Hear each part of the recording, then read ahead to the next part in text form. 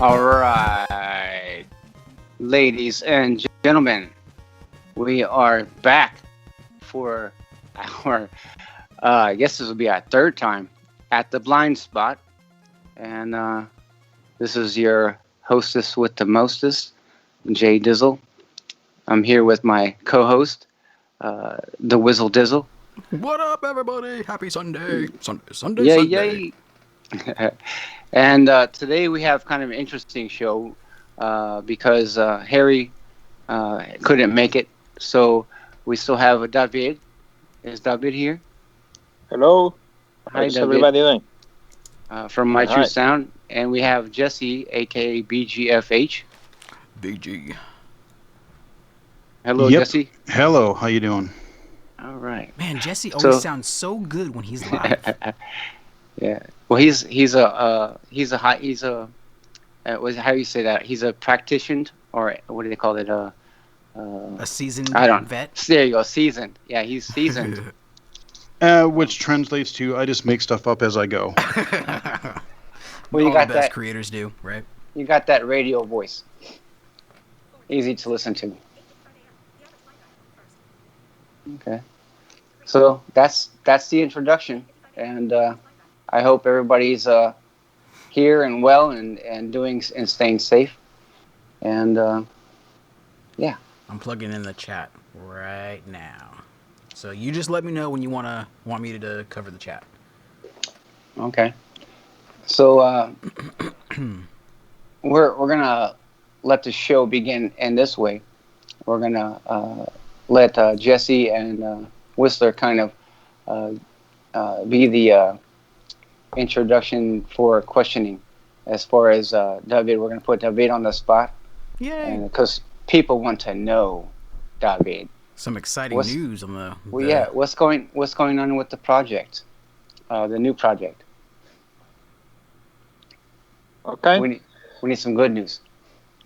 Yes. So if somebody doesn't know, I'm David. I'm in My True Sound team, a small company from Finland doing games. And we are going in 1 week or 5 days into beta version of Audio Wizards multiplayer. Oh, cool. To our knowledge, is the first first-person multiplayer game fully accessible. And in beta, we have 85 guys joining, or guys and girls joining, and we are very excited because we never have done such a big thing. And I mean, make a game and make a beta, it's okay, but doing it in multiplayer, it's kind of scary. Yeah. We know we have things to fix, but the last version was already pretty solid. I think it will work, and let's see what's the feedback. I really hope the people enjoys it and the people says, "Come on, release the game as soon as possible because we just want to play." So let's see, but very exciting. All right, man. I would like to say too, for who tuned into my show last night, I mentioned that Audio Wizards that I was helping them test out actually didn't work, but nevertheless, I tried it this morning so David here could hear what was going on, and it magically started. So I get to participate. I'm excited. Funny how that works. Yeah. Yeah, So, very cool. So is this going to be like a separate game or an add-on to the existing Audio Wizards? No, it's completely a different game. Only works on PC at this moment. Okay. And basically, it's like a typical multiplayer where you try to kill as many people as possible and try to die the less times as you can.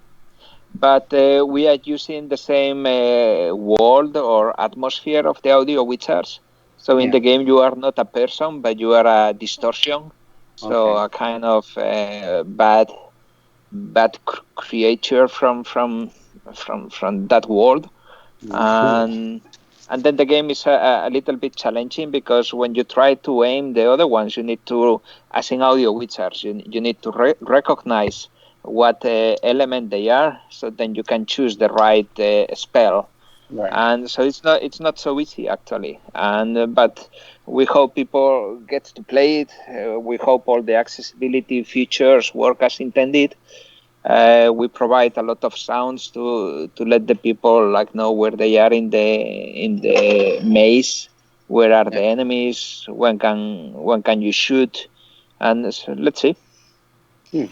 Yeah, the layout really reminds me of. I don't know if anybody remembers these. They may still have them, but physically, laser tag back in the day. You'd have these rooms or these arenas Oh, set yeah. up. Yeah, right. And so they have these laser tag. You have the laser gun and you wear this vest or sometimes a helmet.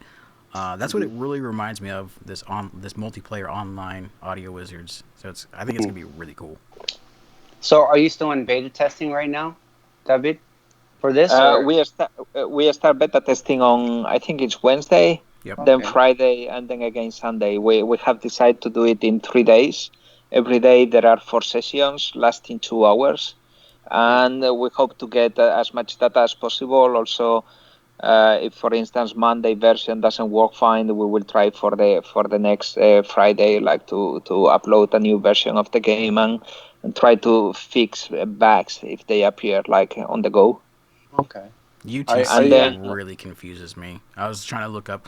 Okay, when is 8 a.m. UTC my time? The yeah, previous Oh, day. I always get that Yeah. messed up too. Anything that I got the 4 time zones of the U.S., but once it goes over there, I'm like, wait, what again? Yeah, yeah. Like 8 hours. yeah. It's an 8 hours difference, probably. Well, for us, But me, it's I think 10 or 11 hours. yeah, I think it's 10 for you. It's 8 hours for me and Jesse. Yeah. But what's are you guys gonna have a multi version for the iOS or just for PC That's and gonna be Mac? Now the tough. thing is that iOS is then like big words. With our team, it was much easier the PC, Yeah. and that's why we choose PC. Okay, let's do Okay. PC. Let's check how the game works, what Yeah. the people likes, what the people doesn't like, and then we decide: do we continue and do we like export to other platforms and how we do it. The Okay. biggest problem is the funding. Like Oh yeah. we are really out of money, Mhm. and so we are trying to do it with the few resources we have left. Right. Mm-hmm. Is there a place where people can go to help support, or are you accepting support like that? We didn't do that kind of thing because uh, I I would like to get money for the things I create. Right. I Right. don't like to beg. I don't like to say, oh, support me like with Right. some bucks and so on. And so what I hope is that once the game is released, then the people buys it, they like it or not. Then that can be, but I need to give something Mm-hmm. on Right. Mm-hmm. for the money. Right. I it's just the way I am. I don't know. Well, I suppose we could do, but maybe I can help justify it for you. You've already established audio wizards. Right. So this is just yeah. an expansion of that universe, and like you said, it does take a lot of people don't know how much it goes into making even a simple game, especially for iOS. The Apple, oh my god, I'm not even gonna go there. But anyway, just to make a game, just to make a game anyway. Like anybody here can tell you about iOS and Apple, and Oh yeah. Well, it's just and not only that, even I have been playing in May when they released that Sable demo, that audio creation RPG. It is so freaking cool. But yeah. like, you don't have to code, you don't have to script or anything. But even then, like, um, despite not really needing to code or anything, like, there's still a lot that actually happens. There's still a lot that goes on as far as, oh, I got to create the universe, I got to create the worlds, the characters, the how do I want the mechanics to work. Like, I still have to basically create a design document, which is what I need to get back to, so that when the actual RPG creation tool comes out, I can actually build the bloody thing. But yeah, no, it's there's a lot that there's a lot goes into just even making a simple game. Dice Right. World. Nice. Hey, David, are you still using the same engine for the PC, or did you have to switch to a different engine? And now Or we so are you using to using? create our games Unity.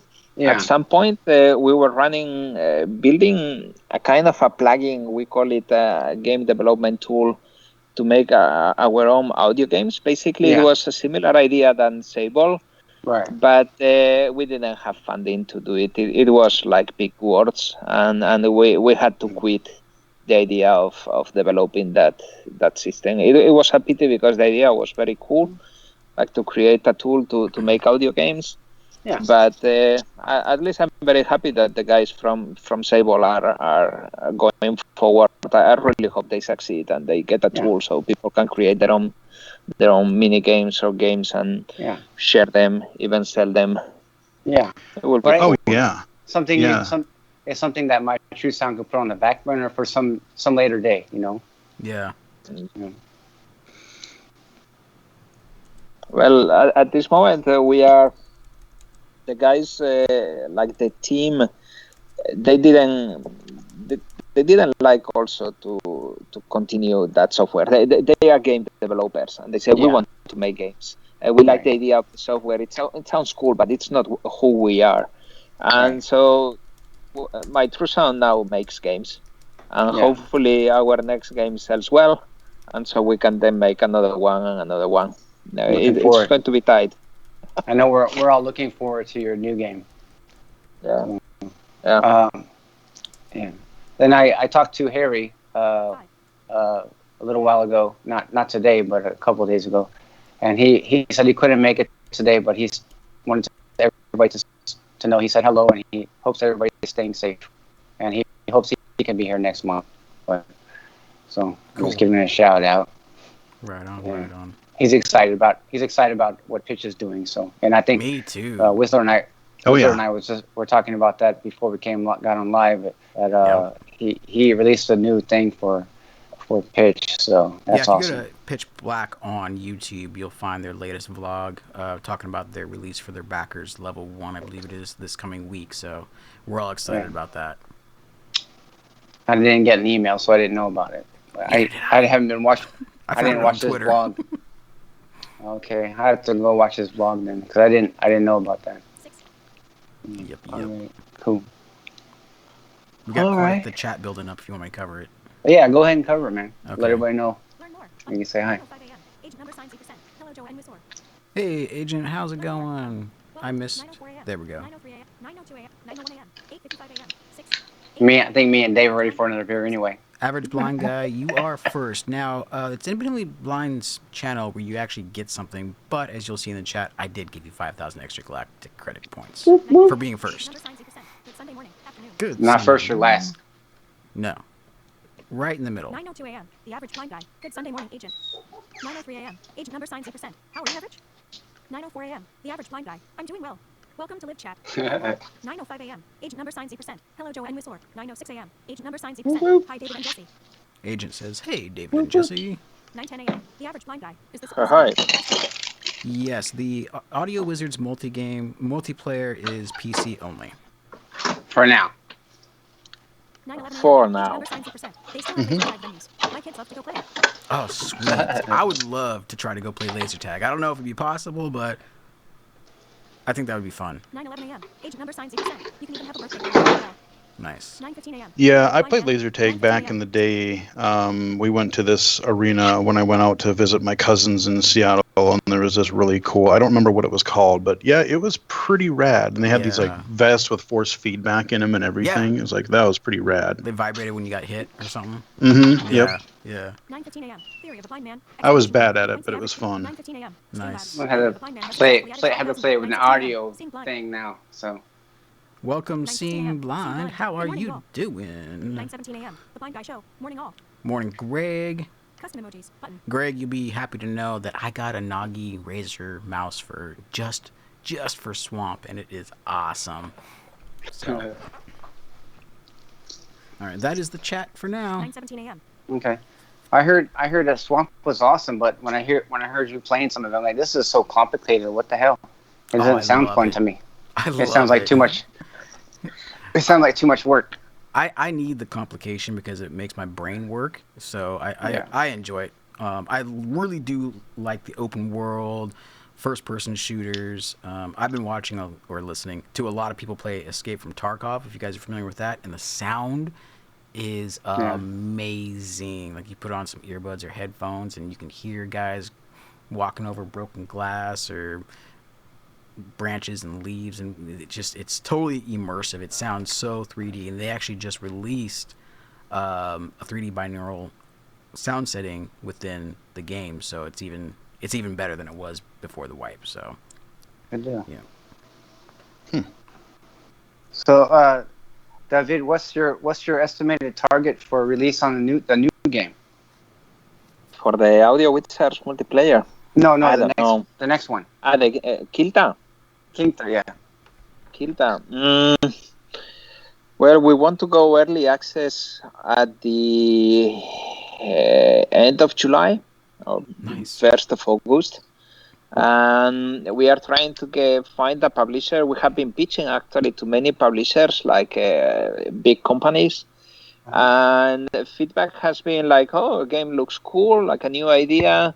It's an auto battler, RPG manager. So to say, fully accessible, we hope, perhaps not in early access, but it will be accessible. All our games will be. But then the publisher said that we are kind of late, that we should have contacted them before. And it's like, but if I contact you before when I have no game, you will say, show me a game. So it's pretty, Right. at least it's been a bit difficult to handle those things. Yeah. Right. But let's see. Still we have some chances to get a publisher. Feedback has been okay, and next week we will call to many of them to see to check if they make a decision. Do they want to continue talking with us, or do they pass by? But let's see. How come you can't use the same publisher you use for Audio Wizard? Oh no, that we publish it ourselves, but we have realized it's about the marketing. We realized that without marketing we don't sell games, and so the idea is that we make a game and then somebody publish it under their own brand, and then they take care of the marketing, contacting like streamers and people that plays, and they do the marketing campaign. Then they get half of the benefits or whatever you agree with them. But what we want is to make games, not to really try to beg for every copy that we sell. With Audio Wizards, it was very complicated. It's difficult, the marketing stuff. And we would like somebody to do it at a pro level and not us. Well, so that's what we are trying. Call me when we get done. I might be able to give you some help on that. Okay. All the help is welcome. Yeah, I'll give you some context. Might be able to help you with that. That will be good. Good. Yeah. Okay. How is Jesse doing? How are the things in Minnesota? About Jesse. Say again? Jesse Anderson. Oh, Jesse, yeah. Yeah, we are not asking him anything. Oh, I don't know. Things are going pretty well, actually. Like I said, it's just been a crazy year so far, but there's a lot going on in game accessibility. There's a lot of things that I've been doing lately, doing a little bit of, I've gotten a couple of accessibility consulting gigs here and there. Got another one coming up here this Thursday, which will be really interesting. Sweet. But I've kind of just been really exploring some games, mainstream games lately that have been, they're not fully accessible to totally blind players yet, but they're adding a lot of text to speech to them. And so, if they were to get some of the navigation stuff down and everything, I think they theoretically could be. But even as like a low vision user, there's been a few games lately that have just been really pretty great as far as having good text to speech support while you're actually playing the game, not just the menus. So, I looked at the Age of Empires thing. I've been kind of getting into Minecraft Dungeons. Is actually quite fun, although I'm getting stuck at a point right now because the levels are getting fairly hard. And then I'm really looking forward to, I don't know if you guys have heard, but it's blown up on Twitter the last few days. There's a little game that is coming out in about 2 weeks, and it's a PlayStation 4 exclusive called The Last of Us Part 2. Oh, Yeah, I heard about that. Yes. On your update. This is an open world. I mean, not open world, but this is like a huge AAA game made by Naughty Dog. They've made the Uncharted games. They made the first Last of Us game, which I did play through and I did beat. Awesome game. But I was excited about it before. I had it pre-ordered now for a little while. But I think it was like last Monday or Tuesday, they had posted a series of tweets, and there was a Verge article on The Verge where this game is going to have upwards of 60 different accessibility features, including the ability. Again, this is a fully, realized AAA game. This is, a big environments, complicated gameplay, but they're saying that it is basically fully playable by someone who is totally blind, beginning to end. They can do main quests, side quests, combat, stealth. I mean, nice. Boy, am I intrigued. Yeah. So yeah. I definitely am going to be playing that on the 19th. Well, sure. I had a friend of mine who sent me a message and said, "Hey Joe, they released Mortal Kombat 11 iOS. You need to check it out." I said, "Well, how do I play?" It's called, I can't remember. It starts with a B, brutal or something like that. And I said, "What?" I said, "How much does it cost and can I play it?" And he said, "Well, if you have voiceover on, you have to turn it off because it doesn't have voice, whatever. But you can follow I think is there like a YouTube instruction video or to tap the right bottom corner of your cell phone to play this, and once you get somebody to help you through the menus, you should be able to play it. Then I have to rely on somebody else to help me get to the menu. Why can't they just, for the menus, because I know Mortal Kombat is, the people who make Mortal Kombat are trying to make their games more accessible. Why would they launch a brand new Mortal Kombat 11 Brutal or whatever it's called on iOS if it's not going to have voiceover?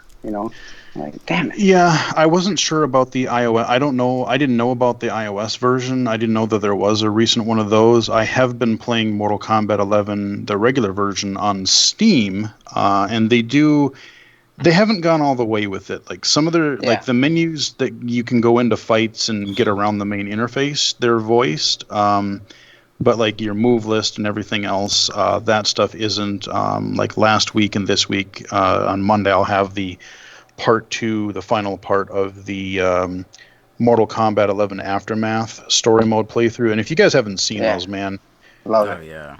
The story mode in these games is just bananas, man. It's insane. Well, It's so good. I like when you do it, Jesse, because when you're for most of us who are completely blind that watch your channel, we can't see what you can, and so. And I know you can barely see anything at all anyway, but you describe what you can see. So it helps us kind of imagine what you're seeing and whatever. And then you describe it very well. So it's like we're actually playing it too. But then the storyline for Mortal Kombat when you play, it's like, wow, they've done so much with Mortal Kombat from the day when they first started. Oh yeah. To where now this is a story mode. It's like, wow. Oh yeah, no, the story is so ridiculous, and starting at Mortal Kombat 9, 10, and 11, and then their recent DLC, they added more story mode, and it's insane. I mean, Lou Raiden, I call him Lou Raiden because of things that happened. Yeah. And he's the new guy. Well, awesome. yeah, Liu Kang, Raiden, stuff happened. Let's just say Liu Kang's the new immortal now. So I found this. I just did a Google search of MK11 iOS, and I found a video from 2019, February 2019, talking about Mortal Kombat 11 iOS. So I guess it is out there. Yeah, but I guess they came out with a new version called Brutal or something. Mm. And I was like, well, can I play it? And then he's like, well, I can play it. I'm like, well, yeah, but you have somebody help you with it, so it's not the same because I don't have anybody to help me with it. Well, when you're talking about help you with it, what kind of help are you looking for? To get through the menus, to know where to touch on, to know where to touch on the screen to get me to the menu. Gotcha. Because this is not voiced over, then I have to know where on the screen to touch, so I can get to the next menu or whatever. The biggest problem I found so far with MK11 on PS4 is most of it is, like Jesse was saying, voiced in the menus. But the problem that I have is when you go into the player selection. Did you mention the player selection list? How it mentions the name after you select a character? Yeah, what I find that you have to do, the way I would do it is, and I'm going to be talking about that. I've got a presentation later this week. Oh, cool. And I'm going to be talking about that very thing because what I end up doing is hitting A and then hitting B to back out. So like you see, yeah, and it'll tell you who it is when you select it, but then hit B, arrow to another character, hit A, and then you kind of learn the grid. Right. Well, of where the characters are. Wouldn't it be smart for them to alphabeticalize the characters so at least you have an idea? You can count. A, B, C, D. What character you're getting close to. That way you're not having to go from start to end on each character. I think that's more addressing someone who has accessibility in mind. I believe, from what I remember back in the day, the way the player list was like a tier type of format, and then so there is no real alphabetizing of the names. It's just you battle them in a certain order. So as far as MK11 goes, I'm not sure what kind of grid it is. I know when I was trying to move around, it was really weird. On the character select screen, it's actually a grid. You have it's irregular shaped. The main part of it, it's a few rows, a few columns. They're just kind of in like a kind of a grid. And then on the top and bottom, there are a couple of bonus characters that have come out like by season passes and things like that. So they've added additional ones. So it's not just a go up and down or go left and right. It's actually kind of a grid. That's kind of the way most, Street Fighter 2, way back in the day. Oh, yeah. They've always been kind of in like a grid. Mm-hmm. So I got a question. I got a question for you and Jesse and Whistler, and I think this would be a good lesson for David and myself to learn, and maybe for other gamers to learn this also. Where would be a good place? I mean, if it exists or not, I don't know, but where would be a good place for gamers who are genuinely interested in a game that maybe they have created or an idea they have created for accessibility or whatever, to get a hold of developers and say, hey, I got this idea, and what do is anybody interested in maybe checking it out? Is there a place like that or no? Not that I know of. Like trying to get a hold of a developer, we all know how that is. Plus, I'm sure they get bombarded with thousands of emails and contacts every day. So a little accessibility inquiry here and there is really not in the primary focus. Unlike Jesse was talking about Naughty Dog's game, they're aware of accessibility, so they might be the type of developer to look out for accessibility inquiries. Honestly, your best bet is, I'm thinking, once the world goes to some form of normality again, I think if somebody's looking out whether to inquire about adding accessibility to that company's games, the developers' games, or coming out with their own sort of game idea and pitches, that kind of a thing, I think probably one of your best avenues to go to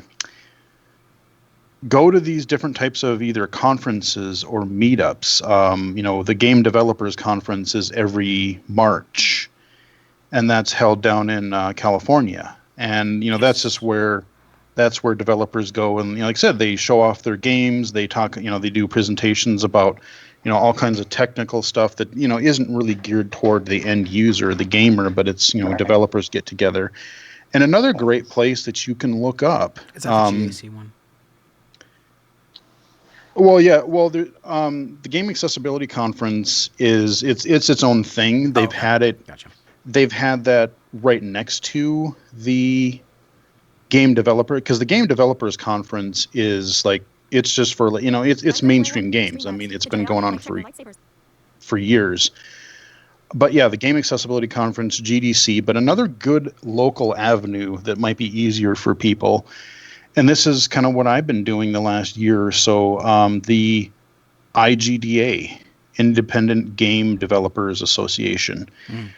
They have little branches all over the country, all over the world. And, where I live, we have a local Twin Cities chapter. I looked into them last year, and I've been going to their monthly meetings since May or June last year. And that this very Wednesday, I'm going to be doing a presentation on game accessibility to them. It was going to be in person, but due to everything that's been going on, we're doing it digitally. Nice. But so I'm going to be doing a presentation. They were looking for more presenters, and so that's another good place. They like every one is run differently. Every chapters is run differently, but ours we have a little social time up front. You come get some pizza, and then they usually have a meet up at the bar afterward. So there's a lot of working opportunities there. You meet or artists or developers, or that is honestly probably a good local way to get your foot in.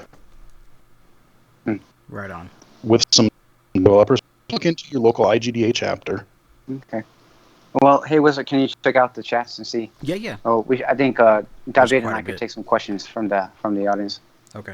9:30 a.m. Agent number sign 0%. I'm 9:20 pretty 9:28 sure. a.m. The average blind guy. Yeah, Theory of a blind I'm man with for you. someone that hasn't played games in a while and is low vision. Want a good accessible game to start back with? 9:26 a.m. Streamlabs.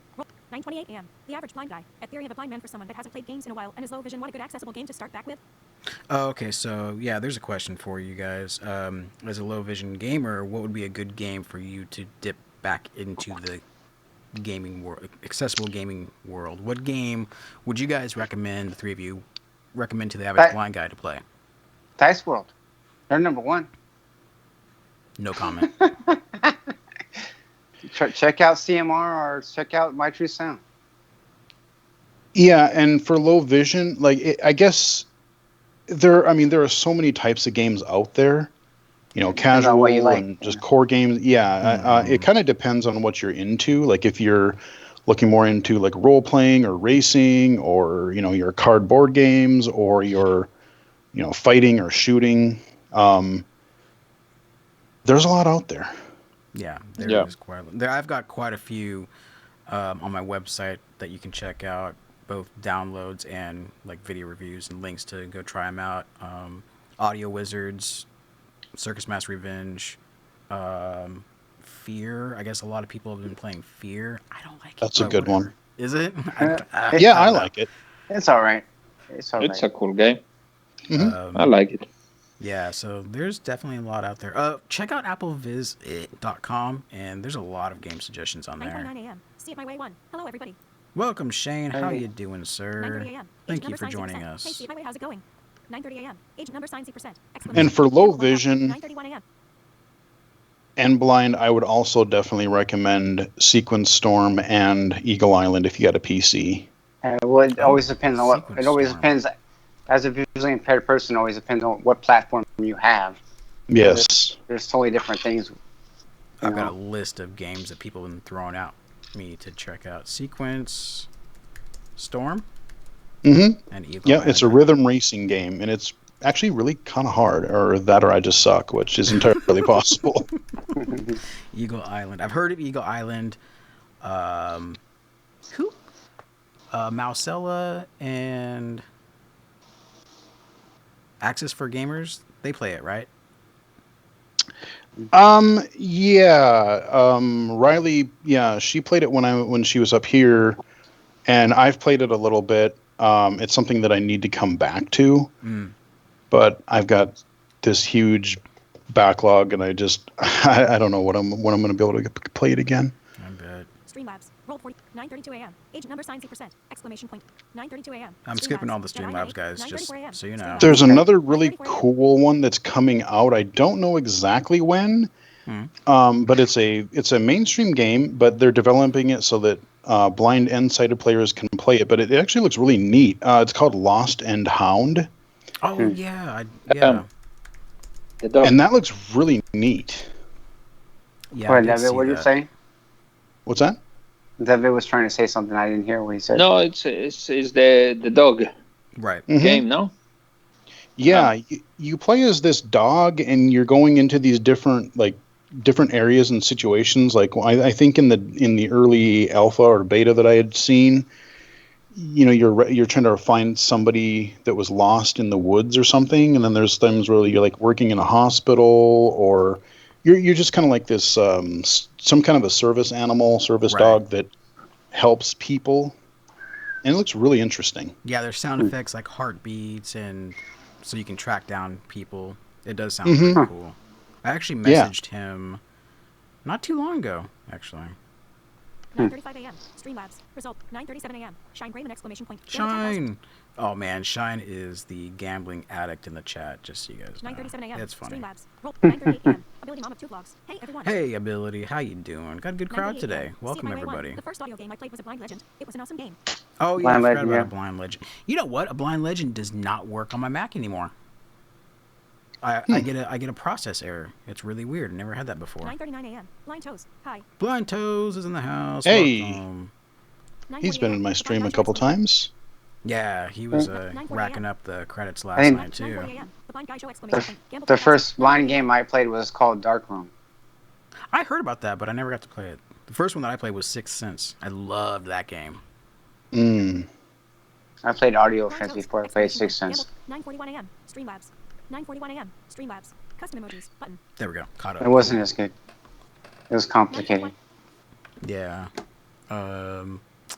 I've been following back down the '90s first-person shooter rabbit hole lately. Been like Doom and Wolfenstein, and there's been some throwback games that have they're you got developers that are coming out now that like I remember these games. I need to make more of Reboot. these. So there's some new games that are in the spirit of those types of games, and I love. they're pretty Wolfenstein. great.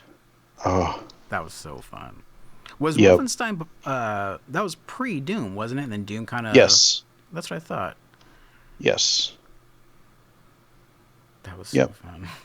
There's a really good book if you're interested in it, and I think it's on Bookshare, it's on Audible.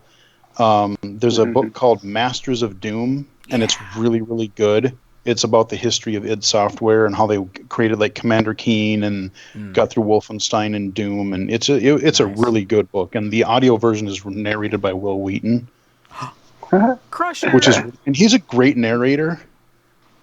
He's actually a really good narrator, so I would totally recommend that. Okay, Will Wheaton. Yeah, Beverly Crusher's Yeah. son on Star Trek. Well, there's Masters this of Doom. really cool game on iOS that I like.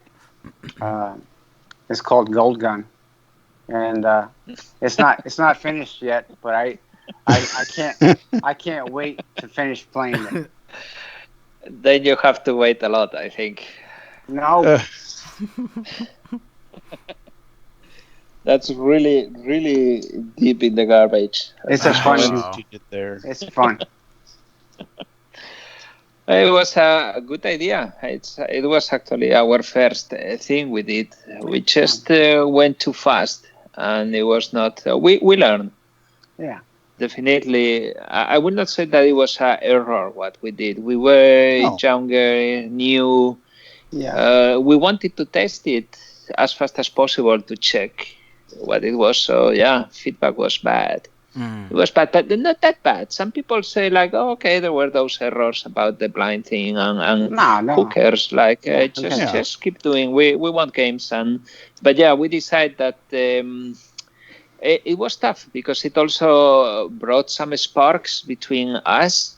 And so actually the guys who were helping me to do the game are not anymore in my true sound. I mean that affected us as a team a lot. You can always but you can always bad. change. You can always change the storyline to edit those people out. Yeah, but but it's okay. What we are doing now, I mean, now my true sound is a new team. The guys who I have now are amazing. They are so effective. They are so good programmers. I really enjoy to be with them. They are much younger than me, but they are full of energy. So I don't know. It's a bit sad that that gold gun will never come true.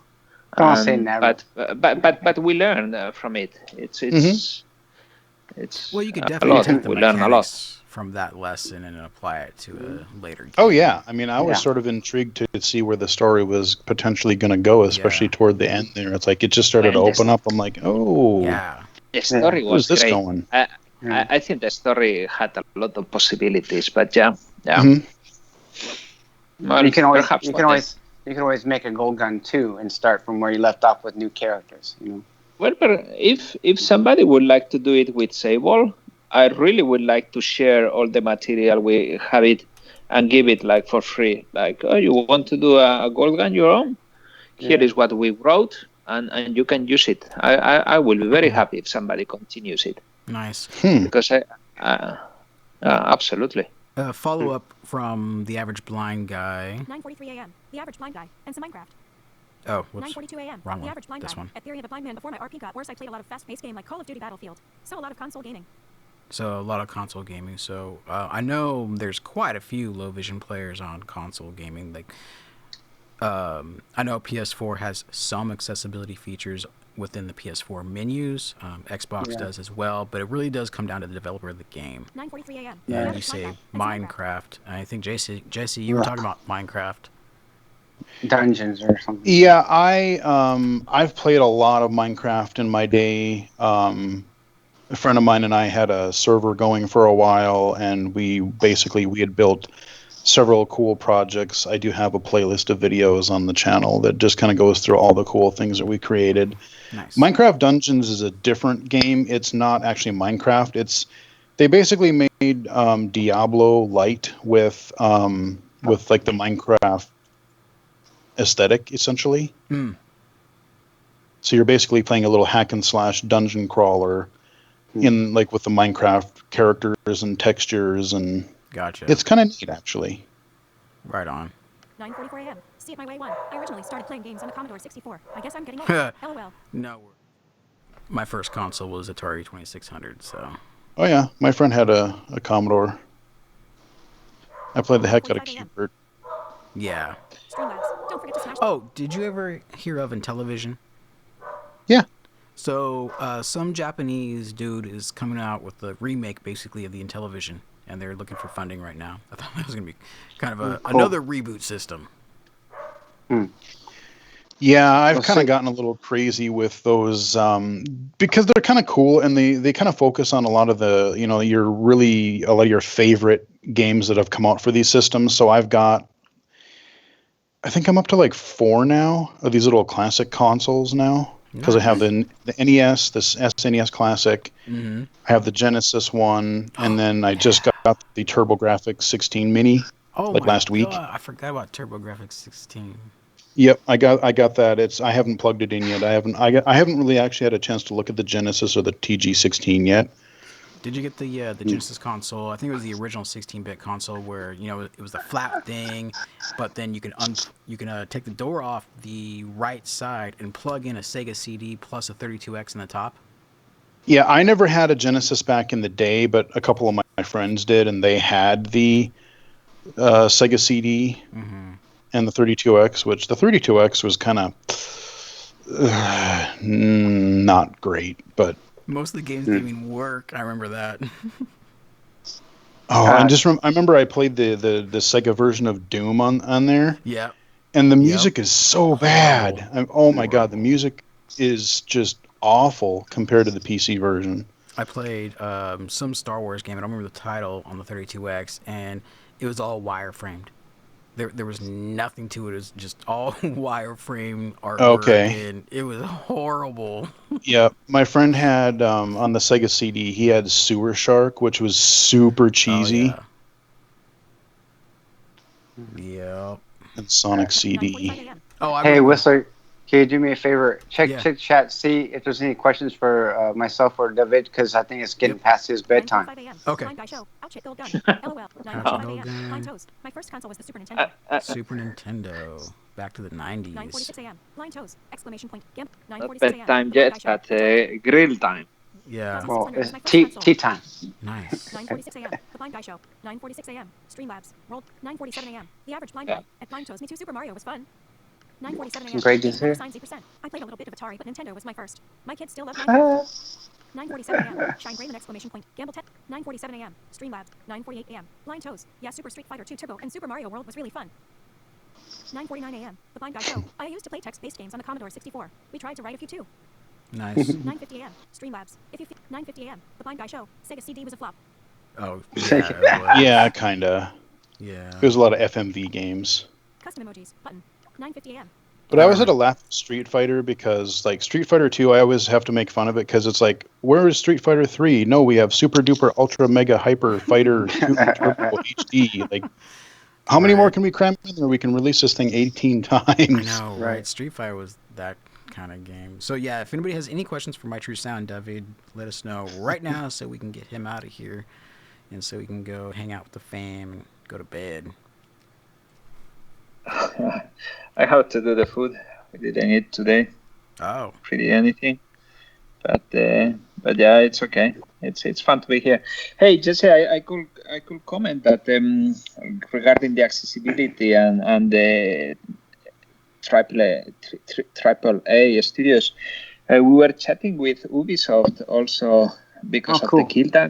They actually contacted us, and then we were talking, and then they say, "Oh, but that's super cool because now inside Ubisoft we are talking a lot about accessibility. We realize that we should improve the things."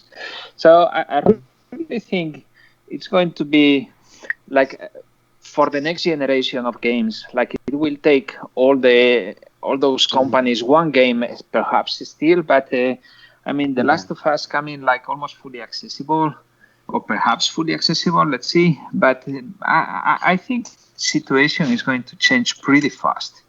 I think you're okay. exactly right, because what I've been saying for the last couple of years now is there's going to be this tipping point. You know, we've had games kind of flirting with the idea of little bits of accessibility here and there. We're starting to see some more text to speech, which is great, which I'm really pleased about. But I've kind of said that there's going to be some tipping point where there's going to be this major AAA game that's going to come out there, and it's going to like, oh, hey, we just proved that this super complicated, super, mainstream game is going to be pretty much fully playable to people with mobility impairments, visually impaired, blind, hearing impaired, whatever. Right. And, that's going to be probably The Last of Us 2, which happens sooner than I thought it would.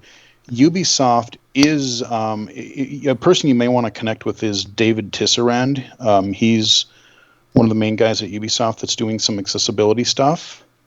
Mm-hmm. And but yeah, I know with the Assassin's Creed games, I'm curious about this Assassin's Creed Valhalla, because every time they're adding more accessibility to their titles as well. And I think once you get things like Naughty Dog, you get Ubisoft, and even EA is doing a few things, and a lot of what Microsoft is doing with their first-party studios.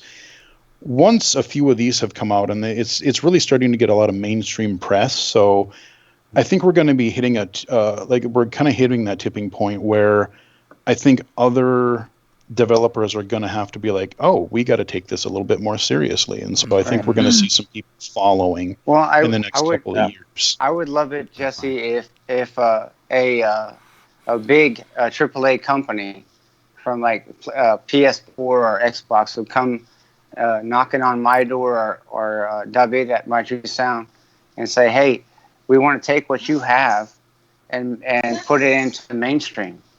You know. Well, that's what that's what some of these companies are doing. Like, if you haven't joined the Able Gamers player panels, do that, because they will ask people for like surveys and studies, and Microsoft has their own I forget what it's called, like Microsoft Research or something, because that's where I've kind of gotten some of my consulting gigs, is through things like the Able Gamers player panels. Been doing some stuff with Microsoft. Where's that? ablegamers.com or what? .org, I believe. Okay. Yeah. And and once you start getting your name out there in these different things, and I think, like I said, yeah, there may or may not be some stuff happening with Ubisoft, but that's all I'm gonna say. I would figure just from word of mouth through Apple and through gamers, that say, hey, these two companies, Mental Vision and My True Sound, we like playing their games as visually impaired people. We want to see what they can do with mainstream. So on PS4 or Xbox, and having them knocking on our doors and saying, hey, we want to do this. I figured it'd happen someday, but I don't want to go begging people. They're like, no, but if you join these things like player panels, they will come to you. They'll give you these surveys and see if you qualify. Like, oh, we're looking for people to test, or we're looking for people to answer questions on these types of things, and you join these things, and you'll get these opportunities. I didn't know about that. What were you going to say? Check it out. I'm wondering. I was just wondering. These developers, do they have someone specifically in-house for accessibility? Do they? I know they're not all the same, but like, for example, you've gotten some gigs for accessibility consulting. So, do you know how that process goes? Like, oh, we got a game, we're going to develop it, but we need an accessibility person. No, well, there are EA's got somebody, Karen Stevens. She's been an EA. I've met her at last year's GA-Conf. David Tisserand, like I had mentioned, at Ubisoft.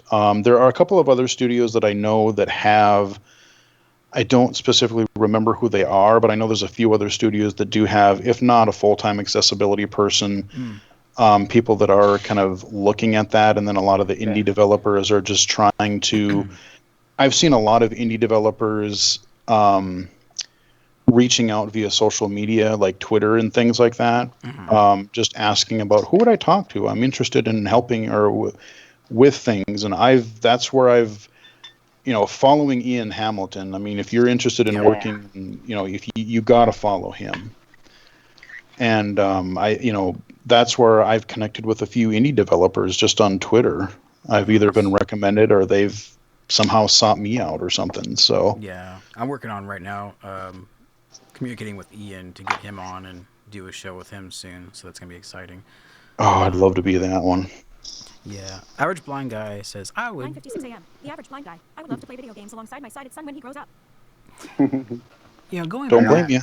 Yeah, it'll be there.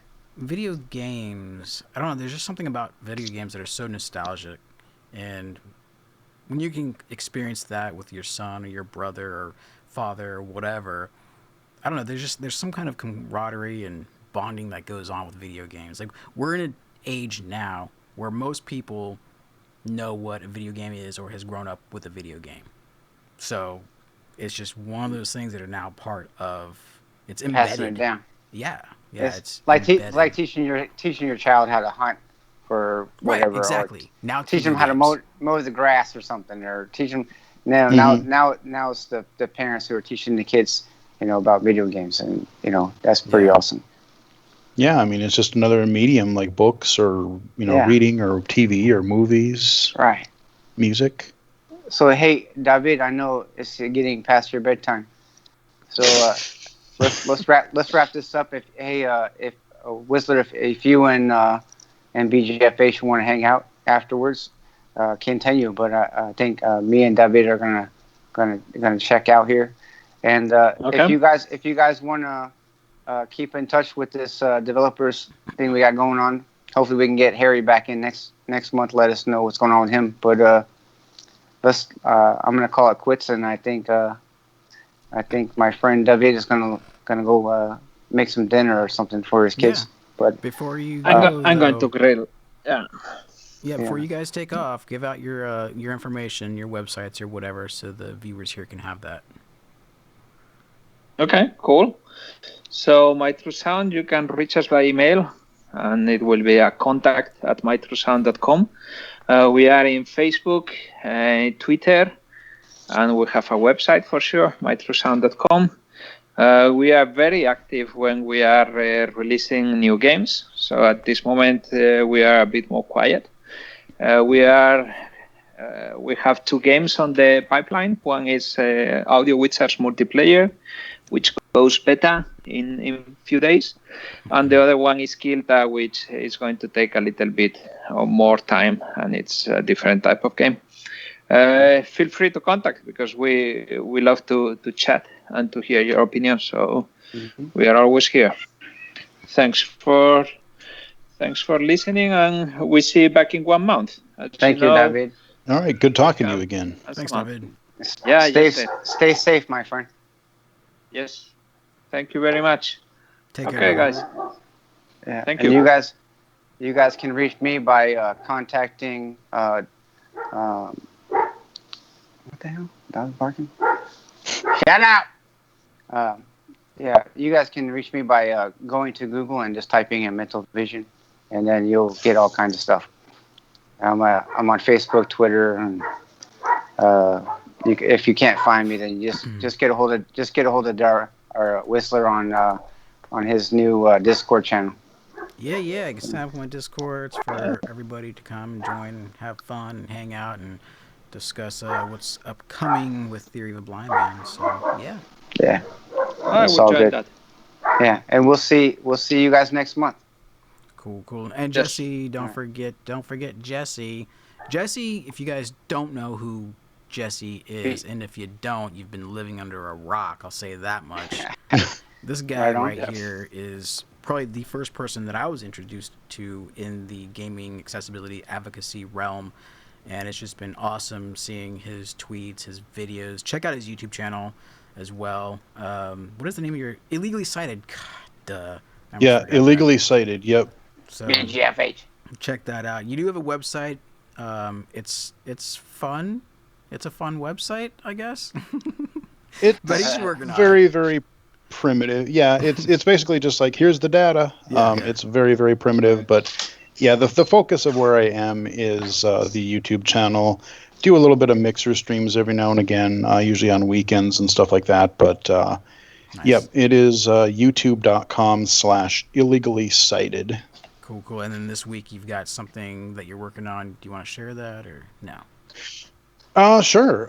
Well, like I said, on Wednesday, I'm going to be doing a presentation for our local IGDA chapter on game accessibility. And if all goes well, technically, I did talk to the head of the group just to make sure. And yeah, he's like, of course, go ahead. Nice. I hopefully will be recording it.